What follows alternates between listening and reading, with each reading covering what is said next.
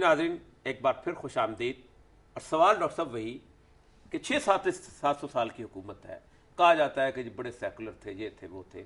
دو ہی system ہوتے ہیں حکومت نافذ کرنے کے، ایک ہوتا ہے پینل کوڈ، ایک ہوتا ہے ایڈمنسٹریٹو سسٹم. پینل کوڈ میں ایک بھی ہندو پینل کوڈ یا بدھ پینل کوڈ نہیں رہا، مسلم اسلامک اور فقہ حنفی کا پینل کوڈ نافذ رہا ہے. اس کا مطلب یہ لوگ تو کبھی سیکولر نہیں تھے. اصل میں عرض کروں کہ ایک چیز ہے پینل کوڈ یا قانون، ایک ہے یہ سسٹم آف گورننس. حاکم کس طور سے آئے گا، اس کا آئیڈیل طریقہ کیا ہے، یہ ظاہر بات ہے کہ نہیں رہا. جب ملوکیت آ گئی، وہ جو آپ پھر تو وہ سارے سب کے حضرت عبداللہ ابن المبارک تبع تابعین کے دور کے آدمی ہیں، اور وہ کیا کہتے ہیں، وما افسد الدین الا الملوک واحبار سوء ورہبانها. اور اقبال نے ترجمانی کی ہے، باقی نہ رہی تیری وہ آئینہ ضمیری، اے کشتہ ملائی و سلطانی و پیری. تو یہ تین تو ختم کر دیے اقبال نے، ملا بھی ختم کر دیا، سلطان بھی ختم کر دیا، پیر بھی ختم کر دیا. ڈاکٹر صاحب اب نکلے گا کون؟ Democratically elected. بات اصل میں یہ ہے کہ یہ تین جو کازز ہیں وہ بیان کرتے ہیں مسلمانوں کے تمدن کے زوال کے. یہ زوال کے دور سے ہم ابھی تک نہیں نکلے. یہ جو ہمارے ہاں جو زوال کی کیفیت اقبال نے بیان کی ہیں اور تین وجوہات، تین مین ریزن، اس سے ہم ابھی تک نہیں نکلے. نہ ہی ہم سلطانی سے اب تینوں کی جگہ کون لے گا اقبال کے ہاں؟ ابھی تو ڈیموکریٹکلی الیکٹڈ ریپرزینٹیٹو اگر ڈیموکریسی کامیاب ہو، یہاں تو میرے نزدیک اس کا پہلا قدم یہ ہوگا کہ کہیں پر کوئی باقاعدہ انقلاب اسلامی برپا ہو on the pattern of the revolution of Muhammad صلی اللہ علیہ وسلم. اب ساری بات اس کے بعد ہے. ڈاکٹر صاحب انقلاب لانے کی کوشش طالبان ہی تو کر رہے ہیں جی نہیں، یا ان کو قبول کریں گے؟ میں نہیں مانتا، میں انقلاب لانے کی کوشش نہیں کر رہا. نہیں دیکھیں، انقلاب کا مسئلہ یہ ہوتا ہے، یہ طالبان جیسے لوگ کو 10 سال کرتے رہتے ہیں اور اس کے اندر سے ایک انقلاب، جیسے فرانس کا ریولوشن 10 سال پہلے رابرس پیری آ گیا، یہ آ گیا، یا پھر ایران کا انقلاب ہے. انقلاب اس میں سر ایک دن میں تو نہیں آیا. دیکھیے میرے نزدیک نہ وہاں کا انقلاب اسلامی تھا نہ یہ ہے.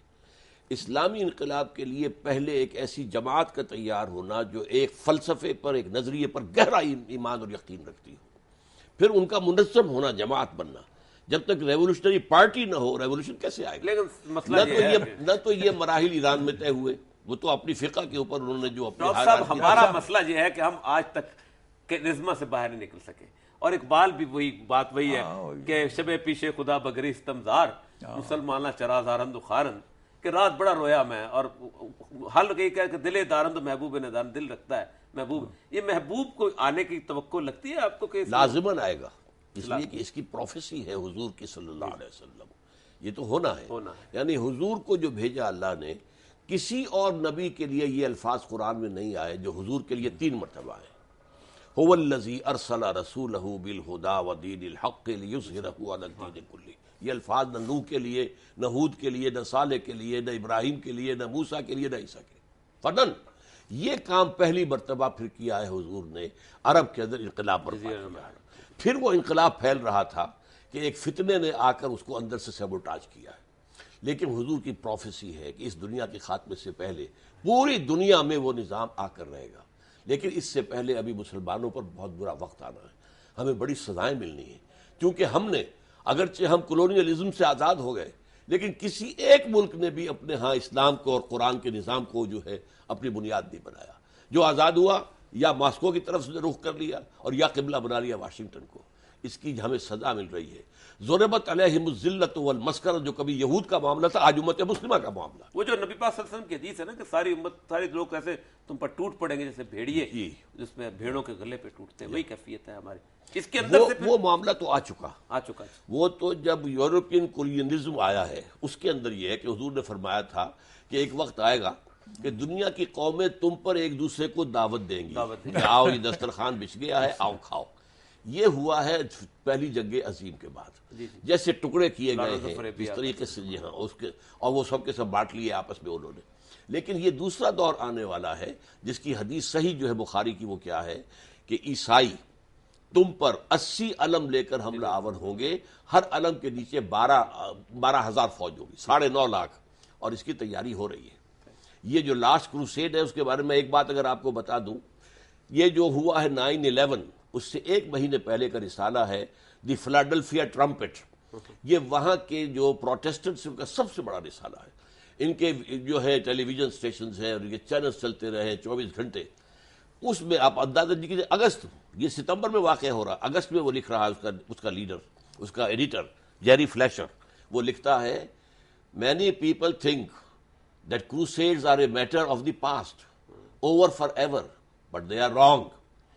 Preparations are being made for the last crusade, which will be the bloodiest of all.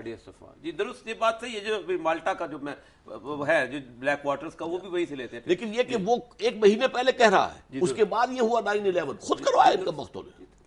اچھا ڈاکٹر صاحب، یہ ایک خاص نقطہ نظر جو اس وقت وہ آیا، ڈاکٹر صاحب نے کہا کہ یہ کیفیت جو ہے کہ وہ ایک آنا، اقبال کے ہاں ایک ایسے مرد کی علامت ہے، آمد کی، بشارتوں کی صورتحال ہے، کوئی ایسی کیفیت، کسی ایسے شرر سے پھونک اپنے خرمن دل کو کہ خورشید قیامت بھی ہو تیرے کوشش، کہیں نہ کہیں خواب ضرور دیکھتا ہے.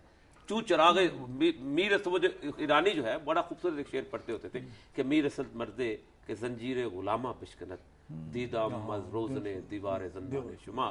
میں دیکھ رہا ہوں کہ ایک ایسا مرد آ گیا ہے کہ تمہاری غلامی کی زنجیر ہے. وہ کون ہوگا؟ نہیں، یہ تو مطلب یہ، اگر آپ جاوید نامہ دیکھیں تو اس میں خطاب جاوید جو آخری حصہ ہے اس کا، خطاب نژاد نو، اس پہ اصرار کیا ہے کہ نا امیدی جو ہے وہ بہت بڑا گناہ ہے، اور کسی بھی نوجوان کو نا امید نہیں ہونا چاہیے. اور پھر اصرار کر رہے ہیں کہ تو اپنی قیادت کے لیے لیڈر کی تلاش کر، وہ تم میں ہی ہے، تم میں ہی چھپا ہوا ہے، اور اس تگ و دو کو جاری رکھ، وہ ضرور تم اس کو تلاش کر لو گے. تو یہ جو اس میں اصرار اقبال کا ہے، یہ جیسے ابھی آپ فرما رہے ہیں کہ ان کے ہاں ایک تصور ہے کہ there is bound to be a saviour, وہ آئے گا اور وہ آپ کے مسائل حل کرے گا. خواہ وہ بلیو نہیں کرتے کہ یہ جو مہدی ہوں گے یا وہ عیسیٰ ہوں گے، لیکن یہ ہے کہ آپ میں سے ہی لیڈر کوئی نہ کوئی نکلے گا جو یہ مسائل حل ہو جائیں گے.